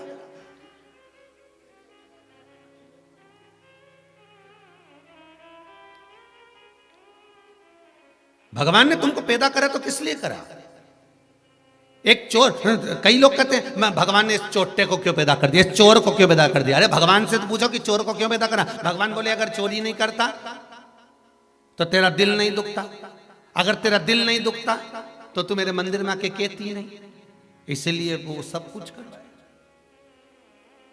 भगवान से पूछो कि उसने तुम्हें पैदा क्यों करा। मनुष्य की कीमत मनुष्य बढ़ा सकता है। भगवान ने ऐसा संसार में किसी को पैदा नहीं करा जो कीमतवान नहीं है। बस अपनी कीमत को पहचानो। एक लोहे की राड की कीमत तब बढ़ती है जब वो कील बन गई, जब वो स्प्रिंग बन गया, जब वो कोई ताला बन गया, जब वो कोई चाबी बन गई, कीमत बढ़ती चली गई। उस कीमत को आंकने का प्रयास करो। भगवान संसार में हर व्यक्ति को पैदा करता है, मनुष्य को पैदा करता है, मानव देह देता है, मनुष्य का शरीर देता है। ऐसा संसार में कोई मनुष्य पैदा नहीं हुआ जिसको भगवान ने कीमत वाला नहीं बनाया। सबको कीमत वाला बनाया है, पर अपनी कीमत हमें खुद आंकना पड़ेगी, हमारी कीमत हमें स्वयं बनाना पड़ेगी। आप कुछ अच्छा करने का प्रयास करिए, आपकी कीमत बढ़ती चली जाएगी। आप लोहे की राट रह गए, सरिया की सरिया रह गए। संसार में कई लोग ऐसे होते हैं जो केवल लोहे की राट की तरह रहते हैं, सरिये की तरह रहते हैं, वो कुछ बनना ही नहीं चाहते। वो तो कहते भगवान करेगा, भगवान करेगा। भगवान के हिल तो करने को तो मैं तैयार बैठा हूं। भगवान गीता में भी तो कर रहे हैं कि तू कर्म तो कर।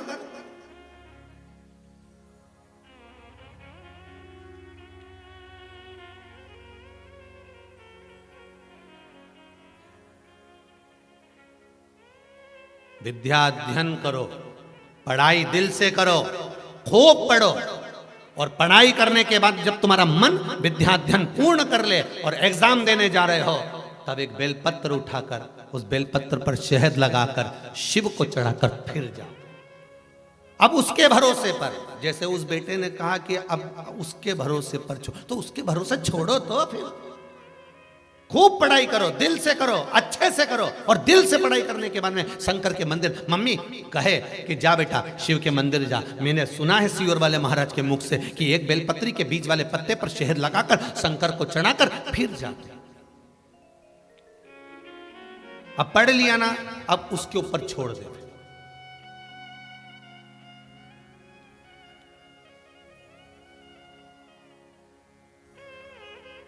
अब हमें भरमाना नहीं, अब हमें भटकना नहीं है। एक किसी ने पत्र लिखा है बड़ा सुंदर भाव, उसमें भी बड़ा सुंदर चीज लिखी।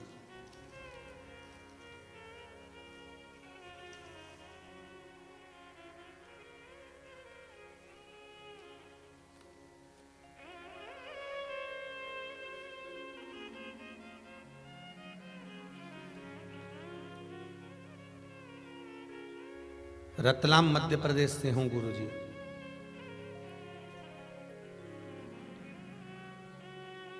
मैं रजनी तिवारी, रतलाम मध्य प्रदेश से।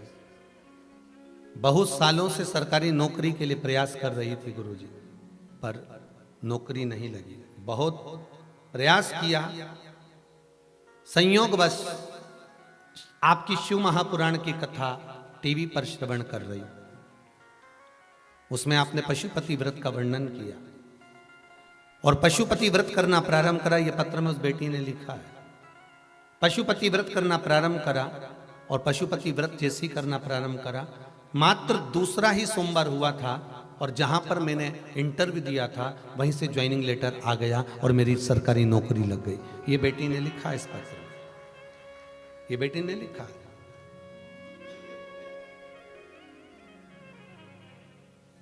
आप पढ़ाई करो, अध्ययन करो, विद्या अध्ययन करो, जितना बन सकता है उतना करो, पर कर्म करते करते उस कर्म का फल परमात्मा पर छोड़ दीजिए कि अब हमने उस पर छोड़ दिया, हमने करा जितना।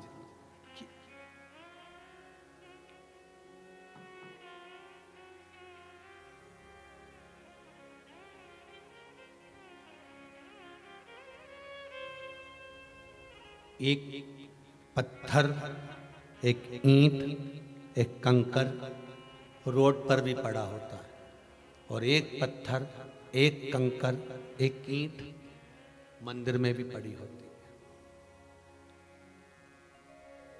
दोनों पत्थर को उठाओ और दोनों से पूछो एक बार, क्यों रे तू चौराहे पे पड़ा है और लोग पान खा के तुझ पे थूक रहे हैं, और तेरा ही भाई मंदिर में पड़ा है और लोग उसको नमन कर रहे हैं। पत्थर से पूछे कोई?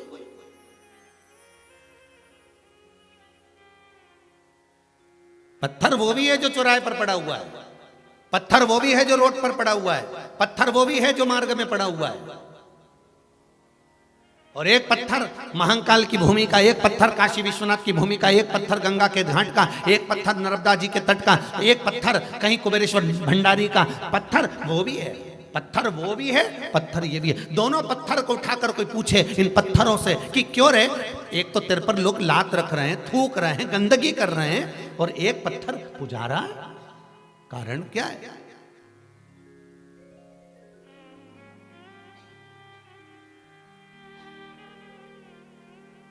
मंदिर में भी पत्थर लग रहा है और उसी पत्थर की मूर्ति मंदिर के अंदर रखा कर पूजा भी रही है। पत्थर वही है, एक ही कंपनी का है, एक ही फैक्ट्री का है, एक ही खदान का है, पर एक की मूर्ति बन गई और एक जमीन पर लग गया। कारण क्या था?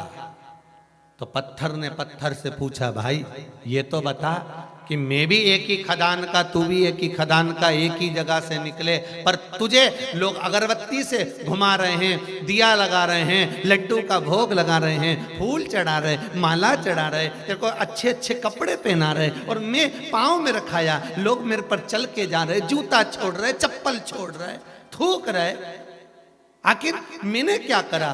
तो मंदिर की मूर्ति का पत्थर जमीन पे लगे हुए पत्थर से कहता है, तुझ में और मुझ में बस एक ही अंतर है कि तुझे भी तराशा जा रहा था और मुझे भी तराशा जा रहा था। तुझे भी कूटा जा रहा था, मुझे भी कूटा जा रहा था। तुझे भी छेनी और हथौड़ी से मार मार कर तराशा जा रहा था, पर तू चोट सहन नहीं कर पाया, टूट गया, इसलिए जमीन पर लग गया, और मैंने चोट सहन कर ली, इसलिए तराश कर मंदिर में पूजा गया। बस मैंने चोट को सहन करा।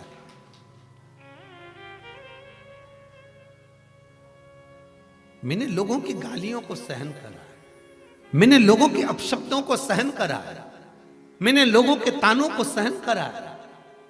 अरे भाई, लोहे की राड है, लोहे का खंबा है, लोहे का सरिया है, पर वो सरिये की कीमत मात्र 100 रुपया है, पर उस सरिये को जब काटा गया, काटने के बाद जब छीला गया और उसको तपा तपा कर जब कीला तैयार करा गया, तब कीमत बढ़ी है। कोई ऐसी कीमत बढ़ गई?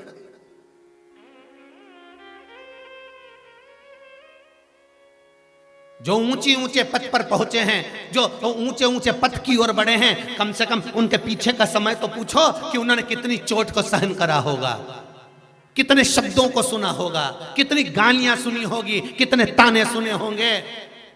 तब जाकर कोई ऊंचे पद औहदे पर पहुंचता है, तब जाकर कोई ऊंचे पदवे पर पहुंचता है।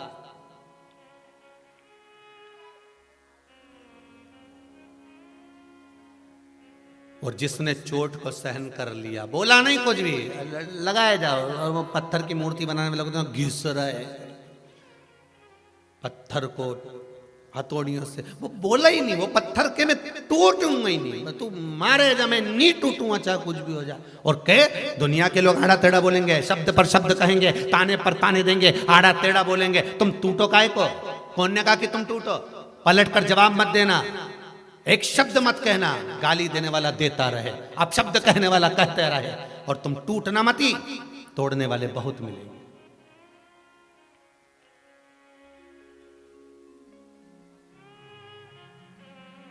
तोड़ने वाले ढेर मिलेंगे आपको, ढेर। कोई कहेगा वो तो ऐसा है, वो कोई कहेगा आप ऐसे हो, कोई कहेगा वो ऐसा है। कहने वाले क्या, मुख तो किसी का पकड़ नहीं सकते, बोलने वाला बोलेगा, पर क्या किसको रोइए, चादर तान के सोई। आग लगे बस्ती में, अपन रहो मस्ती ले। टूटना मती, कीमत बढ़ाना है आपकी, तो आप पलट कर जवाब मत दो, कीमत बढ़ जाएगी। टूटना नहीं है, हमको अपनी कीमत बढ़ाना है तो अग्नि में तपना पड़ेगा।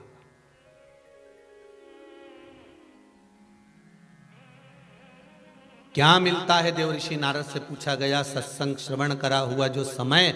ये दुनिया के लोग, कई लोग आपसे कहेंगे क्या रखा है कथा में, 3-3 घंटे तक बैठे रहते हो, टीवी के सामने पड़े रहते हो। अरे टीवी के सामने बैठे बैठे कथा सुनते रहते हो, बस वो सियोर वाला महाराज मिल गए और तुम मिल गए, बस मोबाइल पकड़ लिया मोबाइल, और दिन भर यूट्यूब पर, फेसबुक पर बस बस बस वो सियोर वाला महाराज कथा सुनते रहो, और बचा कुचा तो टीवी पे आस्था पे सुनते रहो। क्या क्या रखा है कथा में? क्यों अपना समय बर्बाद कर रहे हो कथा में जाकर? क्यों समय बर्बाद करते हो कथा सुनकर? तो उनको कह देना, ये समय बर्बाद नहीं करा है, ये समय को हमने मूल्यवान बनाने का प्रयास करा है। हाँ, अब उससे पूछो कि तू बोल रहा है कि कथा मत सुनो, तो हम क्या करें, वो भी बता दे, वो भी तो बताओ करना क्या है। तो क्या घर में काम करो तो कराना, रोटी बनाई, पानी भरा, मटका मांजा और भांडा मांजा, झाड़ू लगाई, ये सब तो करा। तो क्यों और भी काम पड़ा है? ठंड पड़ रही है, सिलाई लेके बैठ जाओ, ऊन ऊन का स्वेटर बना। और बोल क्या करे, तो कि स्वेटर तो घना पड़ा है मेरा बनाया हुआ, मैंने खूब बना लिया। और बोल क्या करना, तू बता दे जो करूं मैं, बोल।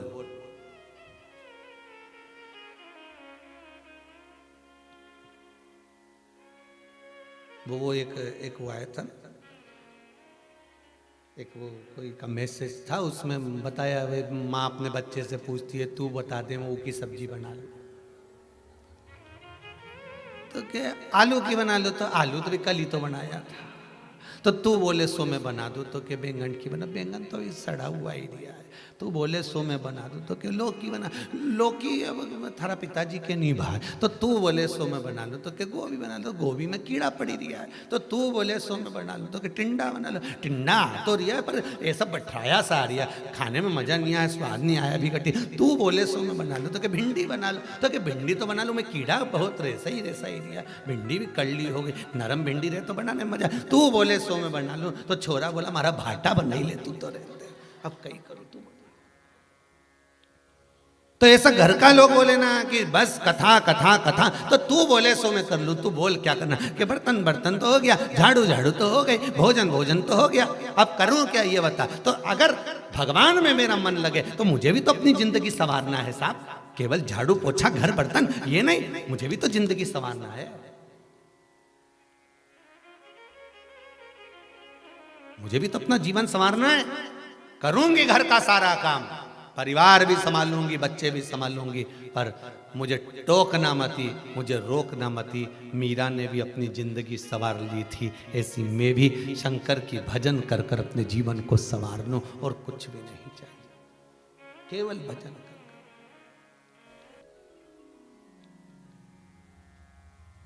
अरे तेरा ही दिया मैंने खाया पिया है, तेरा शुक्रिया है, तेरा शुक्रिया। भगवान पर छोड़ दो आप, संपूर्ण जितना भाव है आप छोड़ते चले। एक पत्र सुंदर भाव लिखा, देखिए बड़े अच्छी राइटिंग में लिखा हो, नीला पीला लाल हरा गुलाबी सब पे लिखा। मोनिका राठौर, अन्नपूर्णा राठौर बड़नागर से हैं, इन्होंने लिखा है गुरुदेव पिताजी का स्वास्थ्य एकदम खराब हो गया, हॉस्पिटल जहां हम रहते हैं उस गांव से 18 किलोमीटर दूर था, शरीर ने काम करना बंद कर दिया, नीचे पड़ गए, बहुत बुरी हालत हो गई।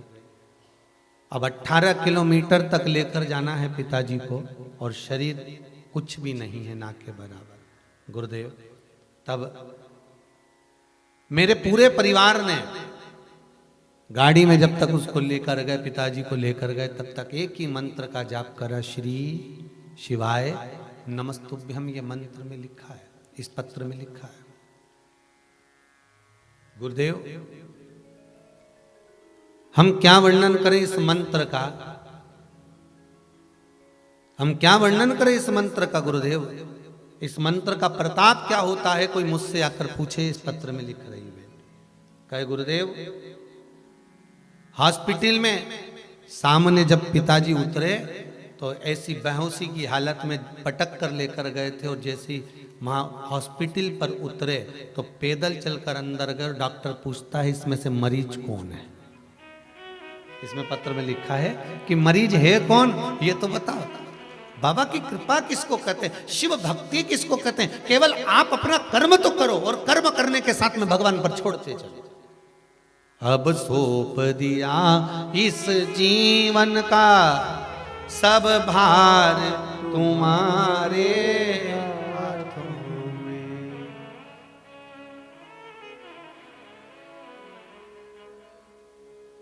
ये मन तुम्हारा है, ये समर्पण हमारा, बस हमारा समर्पण और मन तुम्हारा। अब दे दिया, सौंप दो भगवान।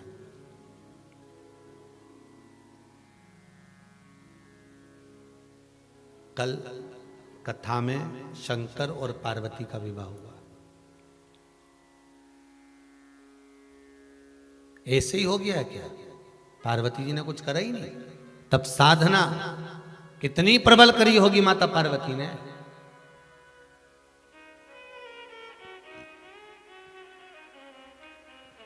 कितनी तप साधना प्रबल करी होगी, जरा विचार करिएगा।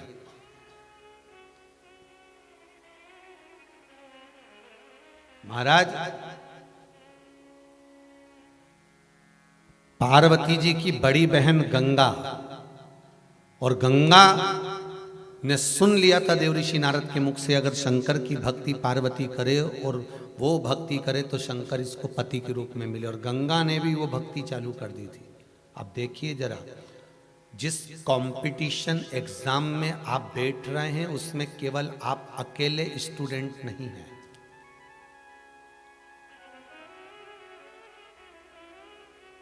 केवल आप अकेले नहीं हैं, एक नौकरी है, एक सर्विस, और फॉर्म कितनों ने भरा है जरा ध्यान लगाइए।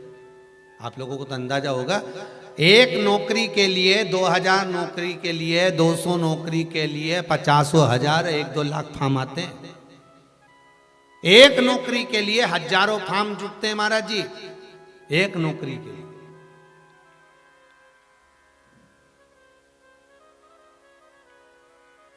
शंकर अकेले और चाहने वाले 2, पार्वती मैया भी, गंगा मैया भी। अब देखना, गंगा जी ने भी तप कम नहीं करा, पार्वती जी ने भी तप कम नहीं करा, दोनों का तप बढ़ा। तुमने भी अच्छी पढ़ाई करी, उसने भी अच्छी पढ़ाई करी।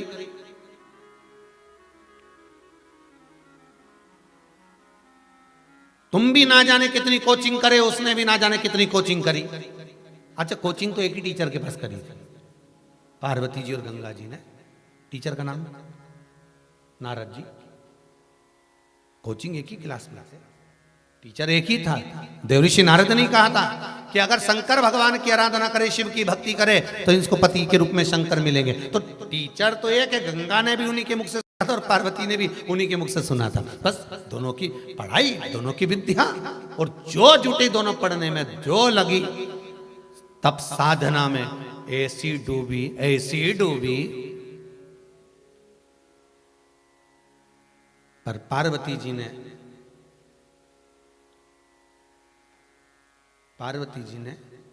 एक छोटा सा भाव प्रकट करा, अपनी सखी से कह दिया। मैंने सुना है कोई संत पर अगर 1 लोटा पानी डाल दिया जाए तो संत प्रसन्न होकर वर दे देते। गंगा जी ने सुन लिया और गंगा जी ने सुना और गंगा जी ने वही काम कर दिया। दुर्वासा बाबा पर पानी डाला और दुर्वासा बाबा क्रोध में आकर उन्होंने जल बनने का श्राप दे दिया। गंगा मैया, ये कथा आपको पहले कह चुके हैं, अपने को इस कथा के माध्यम से उस कुंड तक पहुंचना है जिस कुंड के पास गंगा जी का जल जाता है तो कुंड का पानी उछल जाता है। अपने को उस कुंड तक पहुंचना है इस कथा से, कि भारत की भूमि पर वो कौन सा कुंड है जिस कुंड के पास में गंगा जी का जल जाता है और कुंड का पानी उछल जाता है।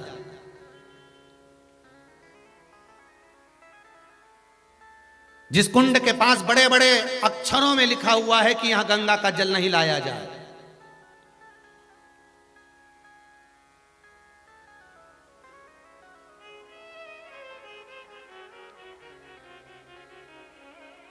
यह गंगा का जल ना लाया जाए।